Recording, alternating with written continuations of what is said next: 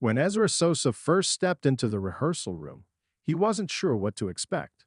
Partnered with Anna Delvey, a name that sparks curiosity, controversy, and countless headlines, the seasoned Dancing with the Stars pro knew he was about to embark on one of his most unique partnerships yet.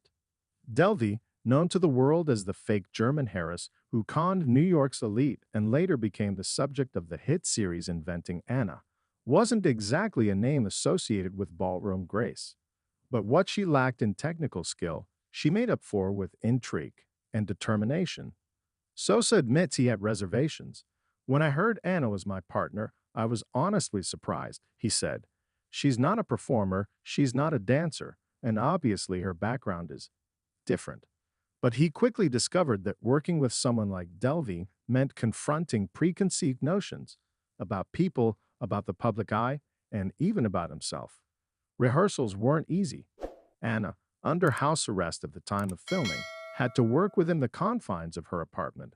The show adjusted, sending choreographers, camera crews, and even wardrobe fittings directly to her location.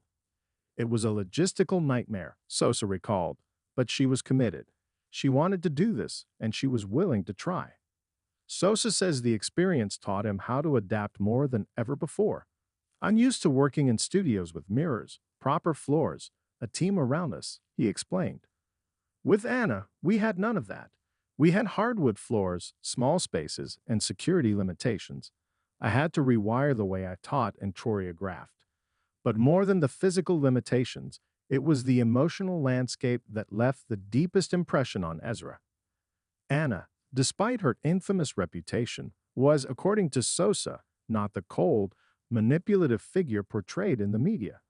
She's extremely intelligent, and she has a dry, biting wit that catches you off guard, he shared. But she's also guarded. It took time to break through that. Their first few rehearsals were tense. Anna was skeptical of the process, often questioning every movement and correction. She's not someone who blindly follows directions, Sosa laughed. Every step, she wanted to understand the why behind it. That's rare. Over time, that curiosity became one of their strengths. It forced Sosa to slow down, to explain the intricacies of rhythm, posture, and emotion in dance. It became less about perfect steps and more about connection and storytelling, he said. Their first routine, a Viennese waltz to a haunting string arrangement, was met with mixed reactions from viewers. Some praised the pair's unexpected chemistry. Others criticized the show for giving a platform to someone like Delvey. But for Ezra, the experience was transformative. I learned that people aren't always who you expect them to be, he said. I went in thinking I was going to have to drag this woman through every routine. Instead, I found someone who wanted to be seen for more than her mistakes. He also learned patience. A lot of it. She would argue with me about footwork. I'm not even kidding, he said, still amused. And then she'd nail it 2 minutes later like she was just messing with me. I think that was her way of keeping control. Their bond grew, albeit unconventionally. Ezra recounts late-night text messages from Anna with obscure dance questions or clips of old performances she found inspiring. She became a student of it in her own way, and I respected that. The judges, while initially wary, began to recognize their effort. By week 4, their scores were improving. Delvey's movements were more fluid, her posture more refined. She still wasn't the best dancer, but she was undeniably evolving. Off the dance floor, Sosa says their conversations were just as enlightening. We talked a lot about identity, about how people see you.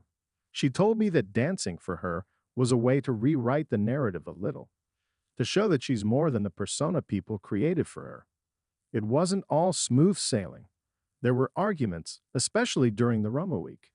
Anna reportedly disliked the sensual nature of the routine and pushed back hard. She told me, I don't seduce. I strategize. That cracked me up, Sosa remembered. But eventually we found a middle ground. She wanted the dance to feel like a power play, and honestly, it worked. By the time they were eliminated in week 6, there was a noticeable shift in both of them. Anna had begun to open up, laughing more during rehearsals, trusting the process. And Ezra had learned to meet his partners where they were, not where he wanted them to be. It reminded me that dance is a human experience. It's not just about points and scores. It's about connecting, even in the most unlikely circumstances, he said. Their farewell dance, a contemporary number set to an instrumental version of Billie Eilish's Everything I Wanted, was a nod to their journey.